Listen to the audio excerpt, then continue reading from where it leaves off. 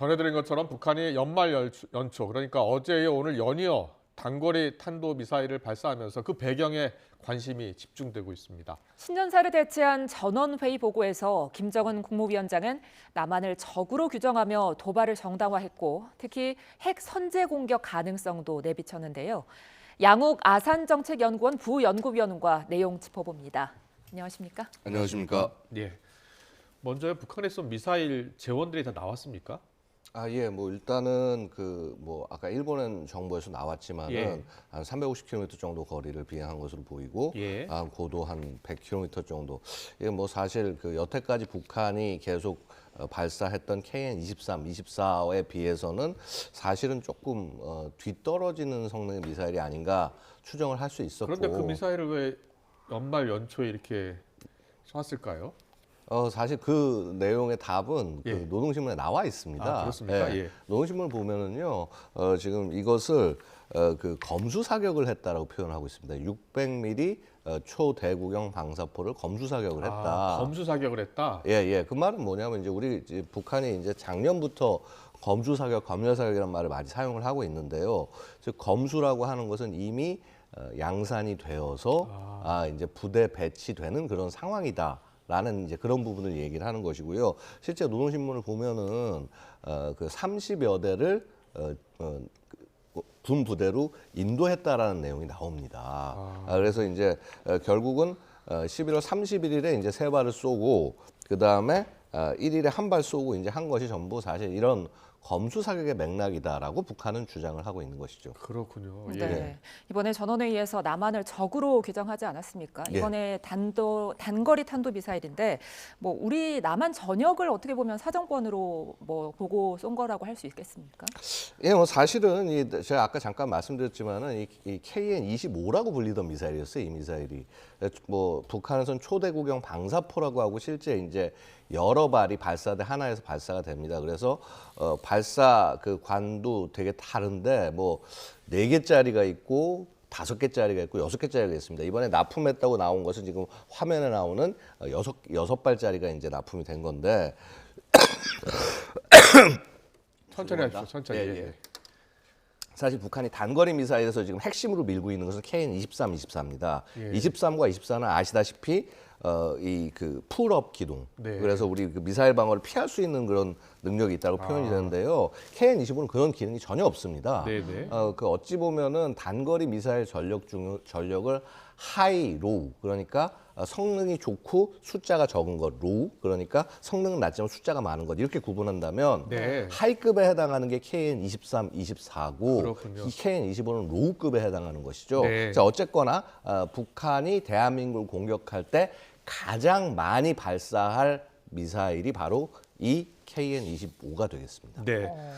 그런데 이제 지적해 주신 것처럼 검수 목적이라고 하더라도요. 그 배경에 조금 더 우리가 좀 관심을 가질 수밖에 없는 게 우리가 30일 그러니까 사흘 전에 우리도 고체 연료 그 우주 발사체를 쏘아 올렸잖아요. 그렇습니다. 거기에 대한 대응이다 이런 분석도 있던데요. 사실은 이제 북한의 속내를 보면 그런 부분들이 있을 것입니다. 기본적으로 이제 이 맥락을 좀 볼 필요가 있겠습니다만 일단 네. 끊는 것을 앞에 무인기 사태에서 한번 끊어보겠습니다. 예. 이제 무인기가 들어오고 하면서 굉장히 그 북한이 우리 정부를 좀 괴롭히고 그다음에 국민들에게 충격을 안겨 주려고 그랬는데 네. 그 12월 30일에 우리는 갑작스럽게 이제 또 그 고체 연료 그렇죠. 우주 발사체를 시험 발사를 했죠. 예. 이게 뭐 우리 전 국민들이 대한민국 상공을 보면 볼 수 있었을 정도였기 때문에 예. 당연히 북한에서도 평양에서도 보였을 것입니다. 아. 그래서 그러한 부분들 그러니까 기본적으로 우주 개발체에서 뒤에 밀리고 있다. 그 다음에 심지어 정찰 능력에서도 뒤에 밀리고 있다. 자, 이런 부분들에 대해서 북한 입장에서는 뭔가 하여튼 내놔야 되는데 내놓을 것이 별로 없었던 것이죠. 예. 그러다 보니까 그나마 비슷한 시기에 준비가 됐던 것이 이 KN-25. 그나마 이제 많이 한 30여 대 인도하는 행사까지도 하기로 했었으니까 그래서 이제 그것을 결국 활용한 것이 아닌가 이렇게 볼 수 있겠습니다. 예. 네. 근데 그날 했었던 우리의 그 고체 연료 발사체 시험이 갑작스럽게 이뤄졌단 말이죠. 때문에 뭐 저희 YTN에도 뭐 1000여 통에 가까운 제보 전화가 오기도 했는데요. 많은 시민들이 이렇게 놀랐는데 이렇게 미리 어떤 고지가 없었던 거는 북한 때문이기도 한 걸까요? 사실은 뭐 아마 우리 국방부의 얘기를 하면 절대 그런 부분들은 인정하지 않을 것입니다만은 기본적으로는 북한에 대한 경고 메시지들도 담고 있다라고 생각이 됩니다. 왜냐하면은 뭐 아시다시피 지난번 무인기 침범 같은 것이 군사적으로는 별로 그닥 그렇게 위협이 되거나 문제가 될 건 아니지만은 사실 국내에서 난리가 났었단 말이죠. 이렇게 뭐 영공이 뚫렸다, 뭐 몇 시간 동안 대응하지 못했다. 사실 북한이 그렇게 군사적 의미가 적은 무인기를 날린 것도 바로 그런 것입니다. 우리 그 정부를 좀 공경에 빠뜨리고 그다음에 군이 뭔가 대응하지 못하는 것 같은 그런 모습들을 보여주고 네. 이제 그러기 위한 모습이라고 보고요. 결국은 뭐냐면은 왜 갑자기 발사했냐? 바로 북한에게 경고를 하는 것이죠. 너희들 우리가 이런 움직임 결국 너희들도 탐지할 수 없다. 네. 그러한 굉장히 강한 경고의 메시지 중에 하나라고 생각이 됩니다. 네, 양욱 전문가께서 뭐 여러 무기체계도 잘 알고 해서 여쭤보고 싶은 게 예. 지금 고체 연료 발사체 이야기 나오고 예. 그리고 과거에 이제 그 ICBM은 액체 연료 아니었습니까? 그렇습니다. 고체 연료와 액체 연료 무기 어떻게 다른 겁니까?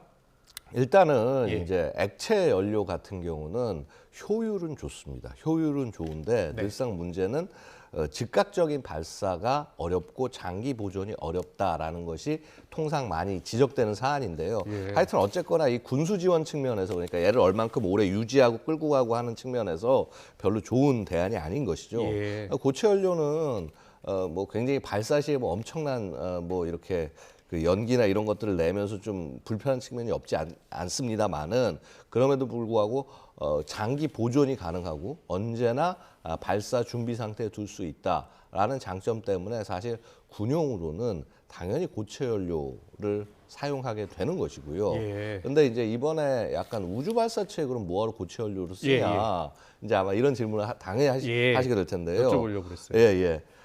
이게 일단 액면 그대로 받아들이자면요. 고체 연료를 써야 되는 경우도 있습니다. 지금 우리 군이 얘기하는 것은 어떤 것이냐면은 여기에 초소형 위성을 탑재한다고 얘기를 하고 있습니다. 예. 무슨 말인고 하니 우리가 대형 위성, 좀 무게가 크게 나가는 425 사업을 통해서 위성을 영상 감시하고 레이더 감시하는 위성을 이제 2024년부터 띄어 올릴 예정인데요.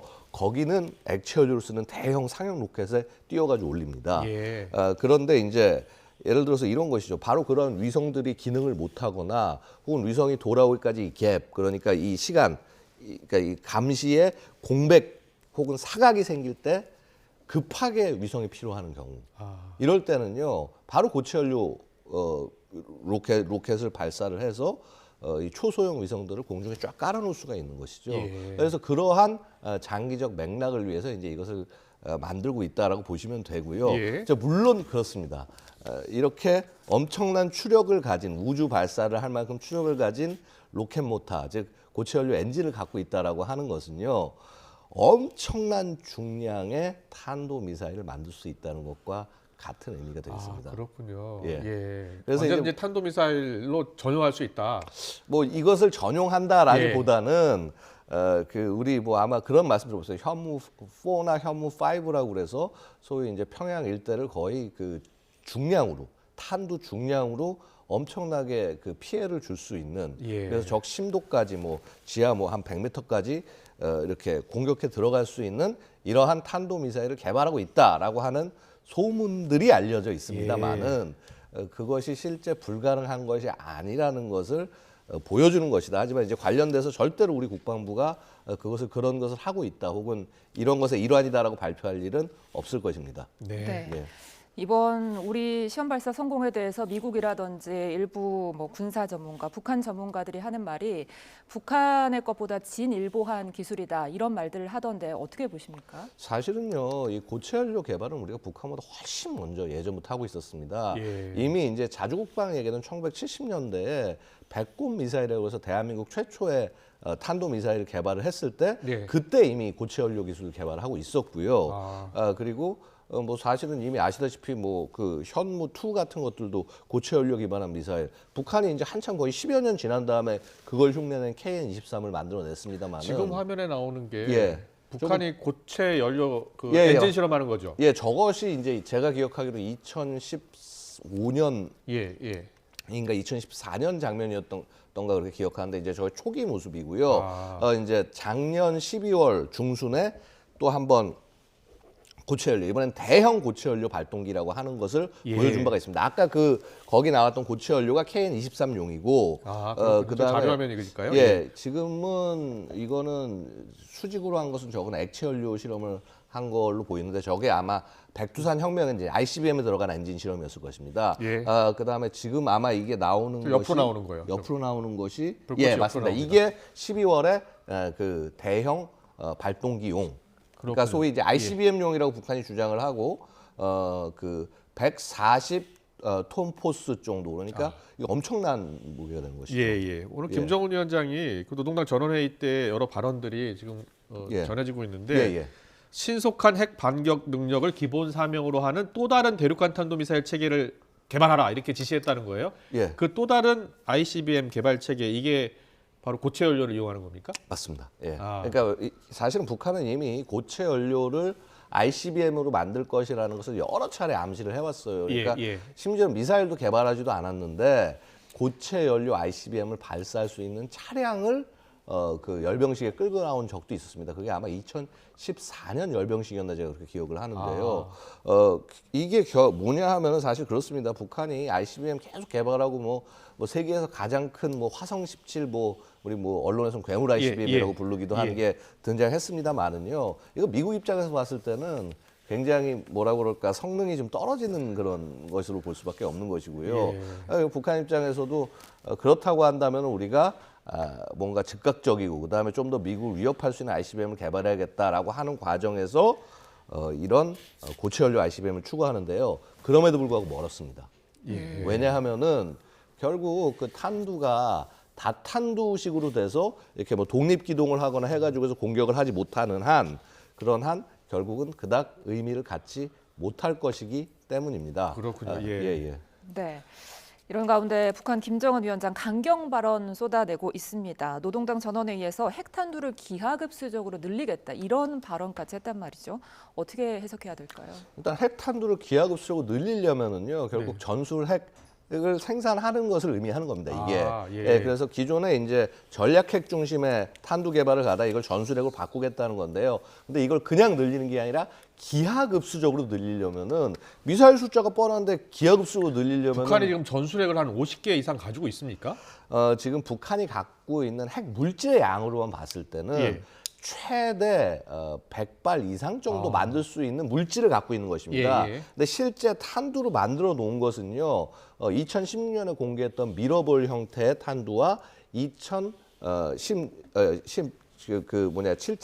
핵실험 2017년에 7차 핵실험을 했던 그 장구형하고 두 가지가 있는데 6차 핵실험이요. 6차 핵실험. 6차 핵실험. 예. 그러니까 그 두 가지가 있는데 이 두 개가 다 많은 수가 양산됐을 거라고 추정하지 않고요. 네. 연구기관들마다 차이가 있습니다만 그 숫자를 뭐 20개에서 작게는 20개에서 최대 50개로 보는 경우들도 있습니다. 그렇군요. 근데 어느 경우나 이거 자체가 그닥 지금 대한민국에 공격을 한다거나 혹은 미국을 공격하거나 할 때 별로 그닥 실전적이지 못한 탄두다라는 것이 대부분의 평가고요. 예. 엄청나게 소형화를 시켜야 됩니다. 당장 그러다 보니까 KN-23, 24에는 지금 그때 공개됐던 탄두를 실는 것이 쉽지 않다. 거의 어렵다라는 것이 많은 전문가들의 판단이고요. 네. 그렇기 때문에 7차 핵실험 얘기가 나오는 것이죠. 예. 그 사이즈를 줄여서 최소한 KN-23, 24엔 탑재하게 한다. 그러니까요. 7차 핵실험을 지난해 초부터 한다고 하는데 아직 안 하고 있는데 예. 그 이유 중에 하나가 이렇게 핵탄두 그러니까 소형 핵탄두를 많이 만들 수 있는 그런 기술을 한 번 더 실험한다는 거죠.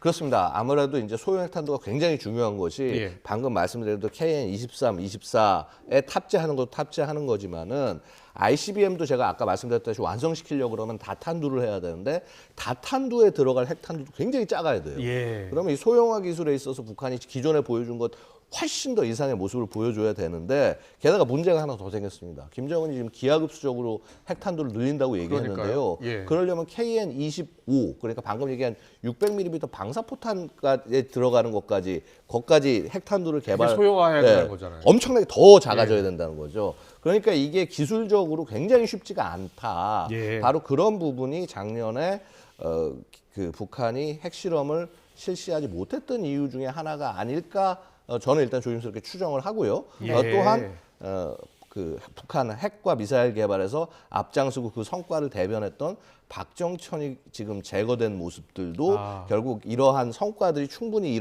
작년에 나타나지 못한 것과 연관된 것이 아니냐 예. 이렇게 추정할 여지도 있습니다. 그렇군요. 네. 예. 핵탄두를 기하급수적으로 늘리겠다. 이뿐 아니라 핵무기 선제 공격 가능성을 다시 한번 강조하는 발언도 있었습니다. 오늘 오전 북한 관영 매체가 보도했는데요. 함께 잠깐 보시겠습니다.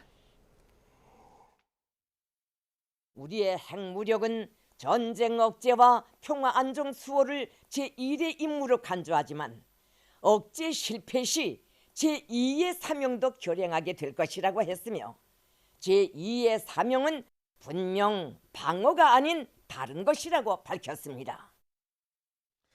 네, 이제 제2의 사명 이야기가 나왔습니다. 그동안 선제 공격 가능성을 내비쳐서 걱정이 많았잖아요. 이 제2의 사명도 선제 공격 가능성 이야기하는 겁니까? 예, 이거 작년 4월부터 예. 그 최초의 김여정 얘기부터 시작돼서 김정은 입을 거쳐서 핵 무력 정책 법으로까지 연결될 내용입니다. 그렇죠. 예. 그러니까 제1의 사명이 전쟁 억제. 그러니까 기본적으로 핵이 갖고 있는 서로 상호 공멸할지 모르기 때문에 핵무기를 쓸 수 없다라고 하는 거기에 머무르지 않고 제2의 사명. 이건 뭐냐면 작전적 사명이라고 북한이 얘기를 하는데요. 작전적 사명이란 말은 결국 뭐냐면 실제 전쟁에서 핵무기를 본격적으로 쓰겠다. 억지력으로 사용하는 게 아니라 공격력으로 쓰겠다는 겁니까? 맞습니다. 공격용으로도 사용하고 그다음에 일단 전쟁이 나면 이게 핵전쟁이건 아니건 뭐든 상관없이 무조건 핵을 쓰겠다라는 그러한 굉장히 강한 메시지들을 북한이 계속 보내고 있는 것이죠. 네. 그렇다면 북한의 핵실험 언제로 예상하십니까? 뭐 일단 이게 제가 뭐 이렇게 점성술을 하는 게 아니라서 네. 함부로 말씀 못 드리겠습니다만 일단 그렇습니다. 만약에 북한이 KN-23, 24 정도에 해당하는 전술핵 그것을 한다고 하면 빠르면은 상반기 안에도 가능할 거라고 봅니다만은 네. 지금 여러 가지 얘기들을 하고 있지 않습니까? 네. 예를 들어서 좀 KN-25까지 더 작아진 전술핵까지 만들어야 된다. 그러면은 실험을 한 번 할 게 아니라 그러니까 이렇게 여러 번 나눠 할 게 아니라 한 번 해야 되거든요. 예. 한 번 하기도 사실 굉장히 부담스럽습니다. 북한 입장에서. 예. 그리고 실험을 한 다음엔 반드시 국제적으로 압박이 들어올 것이기 때문에요. 그래서 그런 기술력이 전부 모일 때까지가 된다고 한다면 올 하반기 이후로 더 늦춰질 수도 있다. 그렇군요. 예. 결국 이제 중요한 것은요. 이 북한이 최대한 자신들에게 정치적으로 군사적으로 이익이 될 만한 상황에 핵실험을 수행을 할 거다. 근데 지금 별로 조건이 그렇게 북한한테 유리한 조건은 아니다. 네. 이렇게 말씀을 드리겠습니다. 지난해 북한이 도발을 한 게 38차례라고 하더라고요. 예. 오늘 또 도발을 시작했습니다. 올해도 도발의 강도를 계속 높여나갈 것으로 보십니까? 전반적으로 한번 흐름을 보실 필요가 있는데 예, 작년에 초부터 계속 미사일 발사하고 핵실험할 것과 같은 그러한 긴장을 유지해 왔었지 않습니까? 예. 근데 대한민국 정부가 굴한다거나 우리 국민이 협박에 넘어가지 않았습니다. 네. 결국 그렇기 때문에 이제 그 연말에 무인기를 보내면서 우리 이 국민들을 이렇게 막 좀 힘들게 만드는 그런 모습들을 넘어왔거든요. 네. 이 말은 뭐냐 하면은요. 결국 핵 도발 그다음에 이런 미사일 발사나 이런 걸 통해서 하는 협박에서 이제 재래적 도발로 넘어올 가능성이 있다라는 것을 주의해야 되는 상황이다. 그래서 예. 뭐 우리 재래적 도발하면 여러 가지 악몽들이 기억나지 않습니까? 연평도 생각납니다. 그래서 연평도, 예. 천안함, 예. 그다음에 뭐 그 지뢰 도발, 목함 지뢰 도발, 국지 도발 가능성 얘기하시는 그렇죠. 거잖아요. 그래서 그런 재래적인 성격의 도발들이 있을 가능성, 그다음에 뭐 언제나 뭐 늘상 있는 것이지만 북한의 사이버 도발이 대대적으로 일어날 가능성들 여러 가지들을 일단 우리가 좀 주의할 필요는 있겠다라고 말씀드리겠습니다. 네, 북한이 도발 수를 계속 높여나가고 있는데 올해도 만만치 않을 것이다라는 전망을 해주셨습니다. 어떻게 하든지 이거 막아내야 되고요. 어떻게 대화로 좀 풀었으면 좋겠는데. 근데 예. 이게 지금 당연히 대화를 풀고 싶고 지금 현 정부도 대화를 풀기 위해서 담대한 구상 같은 것들을 얘기하고 있습니다만은요. 기본적으로 북한과 우리가 대화가 되면 북한 힘이 빠져야 됩니다.